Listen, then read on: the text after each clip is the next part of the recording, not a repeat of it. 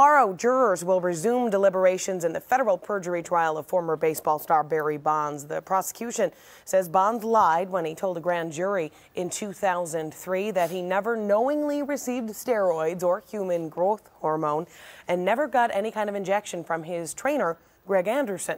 Tomorrow, the jury is going to hear a reading of testimony by Kathy Hoskins, a former personal shopper for Bonds. She said she saw Anderson inject Bonds in the navel with an unknown substance in 2002. Last week, in closing arguments, the defense said all the government's witnesses are unreliable. So what does it all mean that the jury wants to hear that testimony again? And how strong is the prosecution's case, since virtually all of the evidence is circumstantial? Well, joining us to talk about that is CBS 5 legal analyst Paul Henderson. Good morning, Paul. Thanks for joining us. Okay, they asked for the tape. What do you think? Well, they want the tape, and as you see, they got to listen to the tape. One of the things that I thought was interesting, and what a lot of people asked me about, was why don't they get to just bring the tape back there into the room with them? Or the written transcripts. That was the thing. They couldn't just have the written transcripts because apparently that wasn't part of the evidence. Yes, please do explain that. Exactly. So what happens is at the end of the trial, the jury is allowed to take into the room everything that has been admitted during the trial. And things like the transcripts have not been admitted, so they're not allowed to bring it into the room with them. Even though they were shown during the trial. So are they going to listen to the tape? Are they going to be told what's on the tape? Or what do they get? They're going to get to listen to the tape that was played. Which is basically inaudible, by the way. It's mostly inaudible, but there's two key interesting things that were on the tape. You know, one of the things that the tape says when they talk about the shots that were taking place, you know, he talks about him getting shots over his body and where the shots were. Were they in his butt? Were they on his shoulder? Were they on the side? And then the other thing what they talked about was how the drugs were undetectable. But it wasn't a direct link to Bonds, but that's the information that I think that they're looking for from the tape. Okay, so we're looking down as to whether or not he allowed himself to be injected with steroids, okay? And knowingly. Knowingly. Correct. All right. Is that against the law?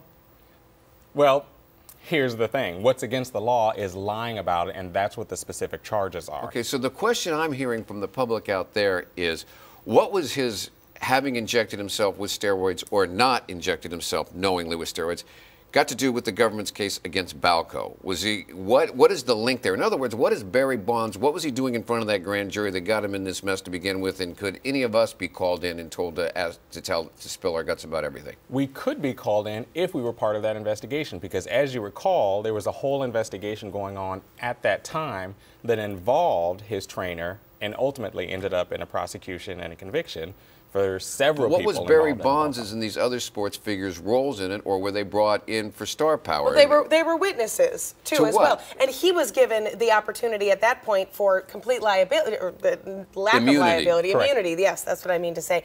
If he only told the truth, and then they're alleging he still didn't tell the truth, and you know the reasons for that: he didn't want his father to find out about the steroids. He didn't want the Giants to find out about the steroids. Okay, but what does his personal use of it have to do with Balco? Because it's the illegal use and distribution of it that's relevant. So okay, more than he's a witness. No, I understand that. I understand if he was in a room where they said we boxed up this stuff and sent it out. If he saw them do something that had to do with the manufacture or distribution of steroids, I understand that. My question is, what are they sitting there asking him, going, did you take it?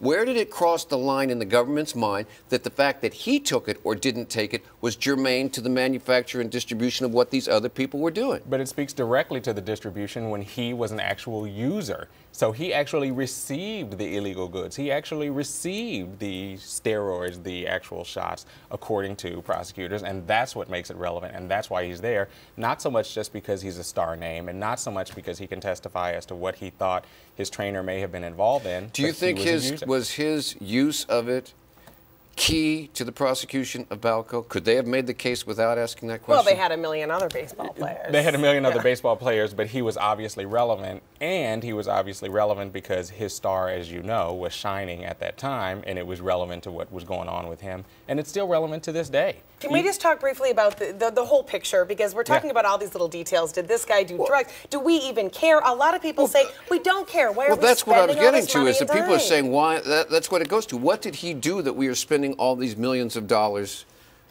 Well, he lied to a federal grand jury, and that's kind of a big deal. And as you see, one of the specific charges is obstruction of justice. And so even with those types of charges, they're kind of subtle charges where you need some affirmative acts, and an affirmative act is lying to the prosecution that is engaged in the pursuit of justice. So is this the case where he is being made an example of in the prosecution system? Big star, big statement. You know, it's a subjective interpretation. I think it's more an issue of because it's such a big deal about steroid use with athletes, and because he's such a recognizable star and an athlete that was allegedly involved in the steroid use and abuse, they want to show, because they have such a clear record based on the past testimony and transcripts, that this is something that you can be held accountable for. And if you're not going to be held accountable in one way, you can be held accountable for in another, because the whole industry has to be changed, has to be reformed, and that's why we have the laws, that's why we have the rules, and everyone has to follow it regardless of who they are. It is going to be interesting. 4 criminal counts. Jury deliberations continue tomorrow.